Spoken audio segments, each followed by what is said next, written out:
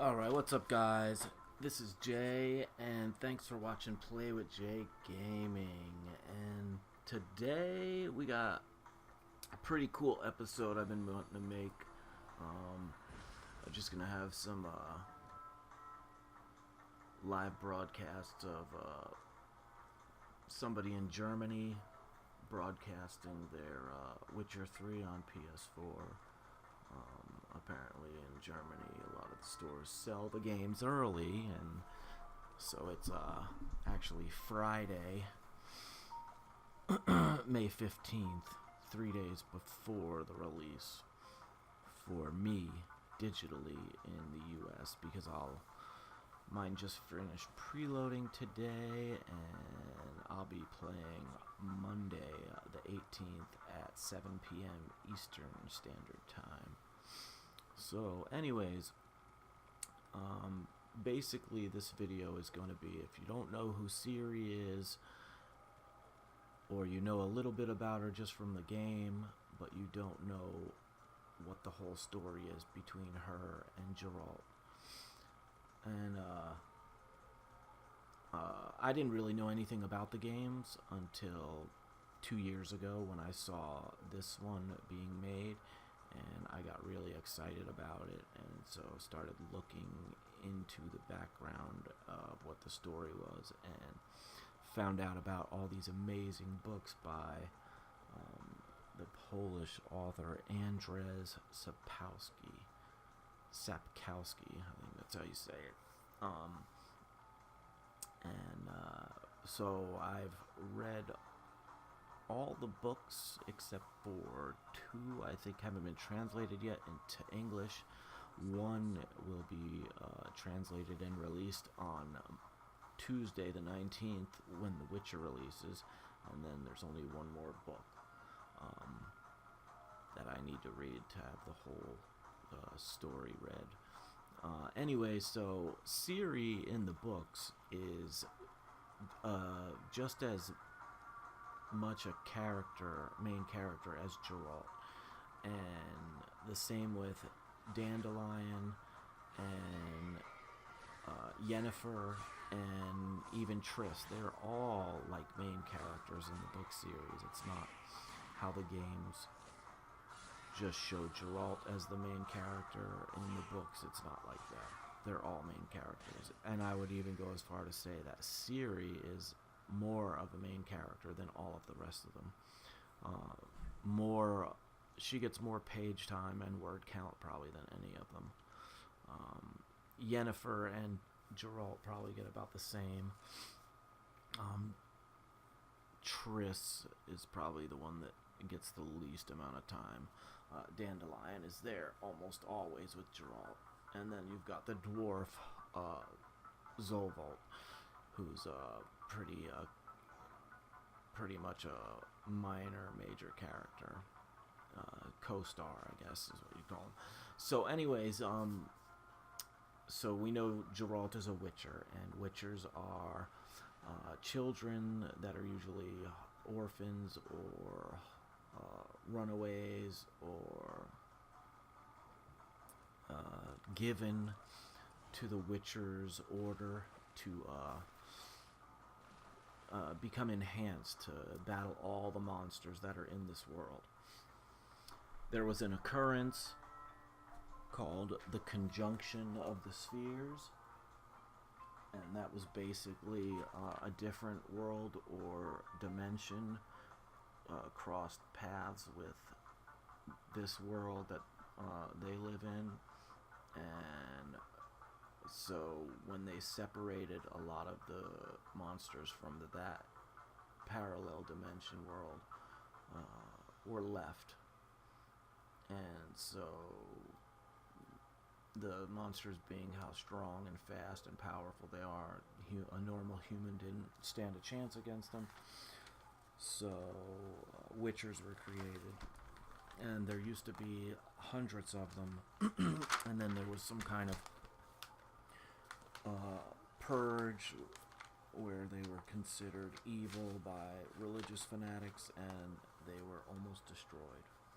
So anyway, but that's a story for a different time. So I'm just going to really focus on this episode about Ciri and how her and Geralt come together and why she's so important to him, like a daughter.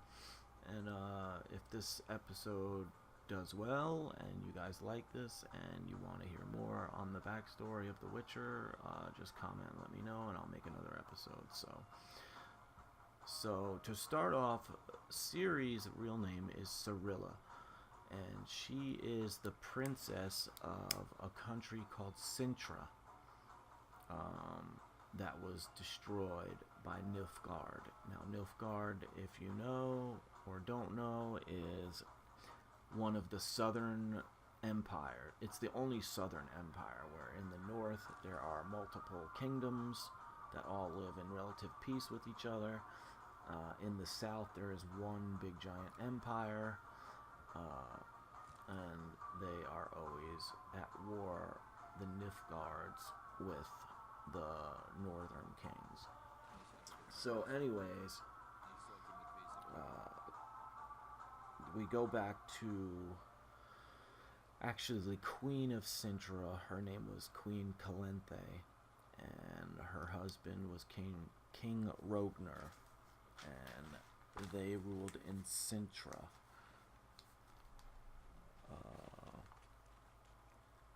Many years ago. I'm not sure how exactly many years, but we'll just say whenever their time was. We'll say 20 years ago, 30 years ago, something like that.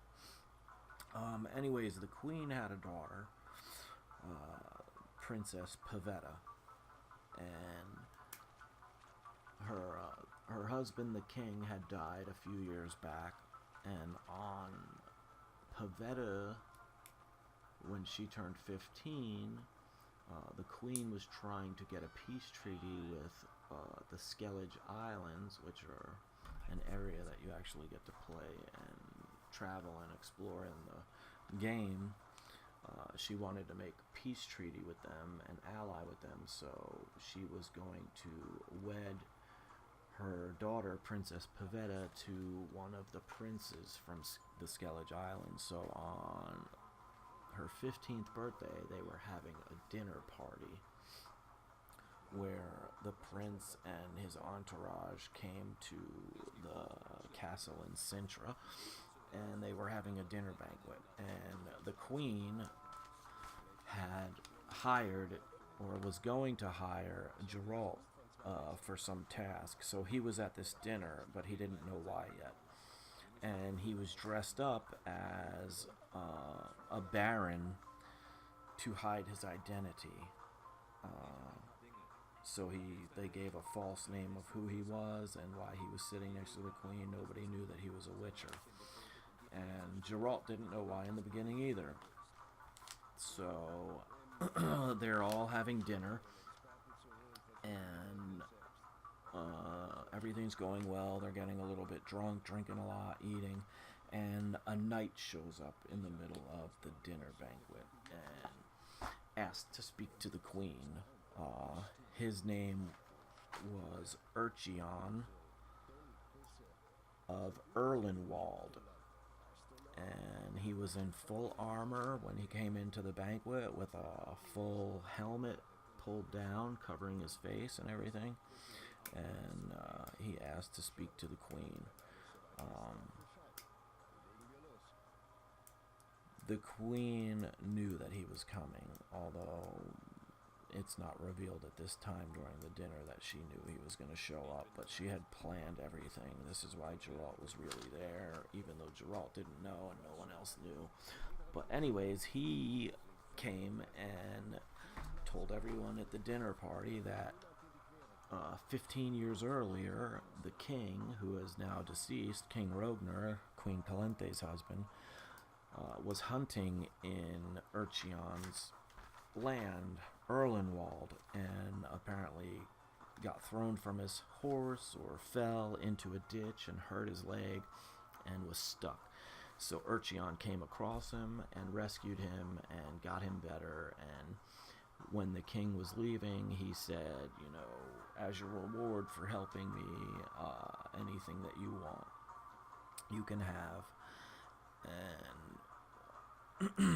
Urchion said, I want that which you have but don't yet know it, which is called the law of surprise, which someone can ask for as a reward, which is kind of the same as Rumpelstiltskin when he asked for the firstborn of the princess that he did the straw, turned the straw to gold for, if you know Rumpelstiltskin's story. She wasn't even married to the prince and wasn't queen and had no idea she was going to have children, and his reward for helping her, he asked for her firstborn child and she agreed. So anyway, pretty much that's what Urcheon was asking for.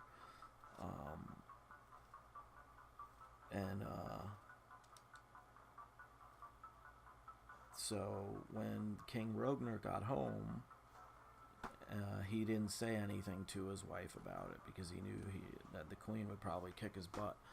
So he waited until his deathbed to let her know that he had made this promise and was going to give the daughter, Princess Pavetta, to Urcheon when she was 15 years old. So that's why the queen knew this was going to happen and was prepared for it. But the thing that we didn't know was that Urcheon had a curse on him where he looked like a monster from morning time when the sun came out, dusk, or dawn rather, till midnight. And he would have a beastly, nasty, monstrous head with bulging eyes and a snout and bristly hair.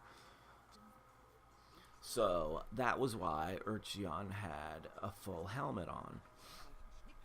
But the queen knew that, and so that is why she had Geralt and a plan. She had the town crier ordered to ring the midnight bell an hour early, so that at midnight, right when Urcheon asked Pavetta if she would come with him, because according to the customs of the law of surprise, even though the father, the king, made the promise of his daughter, she still had to agree to go with him for it to be fulfilled. So the queen figured that if Pavetta saw him with his mask off before midnight with the monstrous head, she would refuse to go with him.